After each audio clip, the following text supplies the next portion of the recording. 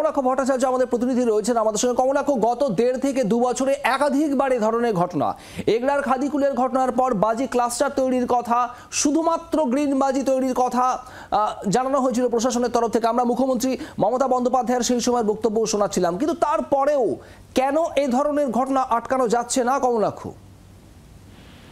দেখো, যতবারই প্রশাসনের তরফ থেকে বা রাজনৈতিক দলগুলির তরফ থেকে বিভিন্ন রকম ভাবে এই অভিযোগ উঠেছে যে এই রাজ্যে একাধিক বেআইনি বাজি কারখানা মজুত রয়েছে, যেখানে আমরা এগরা বিস্ফোরণের পর নবান্নে মুখ্য সচিব এবং আতশবাজি সমিতিগুলি এবং অন্যান্য প্রশাসনিক কর্তাদের যে বৈঠক হয়েছিল, সেই বৈঠকে জানা গিয়েছিল যে রাজ্যে প্রায় 5556টি বেআইনি বাজি কারখানা রয়েছে।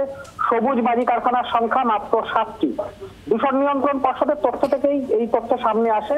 সুতরাং বাকি যে কারখানাগুলি, 7টি বাজি সবুজ বাজি কারখানা বাদে বাকি কারখানাগুলি যে অবৈধ, সেটা আর বলার অপেক্ষা রাখে না। সেই সংখ্যাটা সেই সময় ছিল 5556।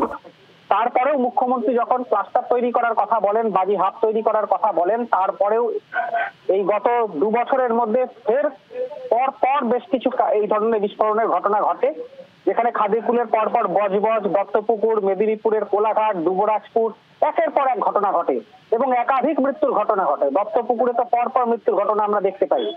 কিন্তু প্রশ্ন উঠছে যে 2015 সালে জাতীয় পরিবেশ আদালত যখন নির্দেশ দিয়ে বলেছিল যে বিস্ফোরণের জেরে এই মৃত্যুগুলি এড়াতে এবং পরিবেশ বাঁচাতে সমস্ত বেআইনি বাজি কারখানা ভেঙে ফেলতে হবে, এবং মুখ্যমন্ত্রী এই বাজি হাবের কথা ঘোষণার পরেও এই বাজি কারখানাগুলি ভাঙা যাচ্ছে না কেন? যখনই এই কারখানা ভাঙার প্রশ্ন ওঠে তখনই প্রশ্ন সামনে আসে যে রেল দুর্ঘটনা হলে কি রেল তুলে ফেলা হয় বা রেল ভেঙে ফেলা হয়? সুতরাং এই প্রশ্নের উত্তর আজ অব্দি পাওয়া যায়নি।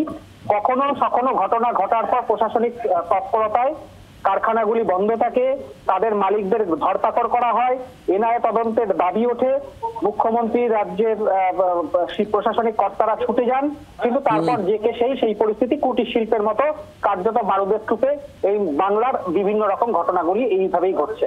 শুভদীপ। দুর্ভাগ্যজনক, মর্মান্তিক, যদিও তারপরেও এই ঘটনার একেবারে রিপিটেশন বলা যেতে পারে, তা আটকানো যাচ্ছে না। কমলাক্ষ, তোমাকে ধন্যবাদ। এবং আপনাদের জানাবো যে 4 জনের মৃত্যু হয়েছে কল্যাণীর এই রথতলায়, এই 4 জনই মহিলা এবং ওই বাজি কারখানার কর্মী ছিলেন তারা। বাংলার আওয়াজ, বাঙালির আবেগ, জি 24 ঘন্টা।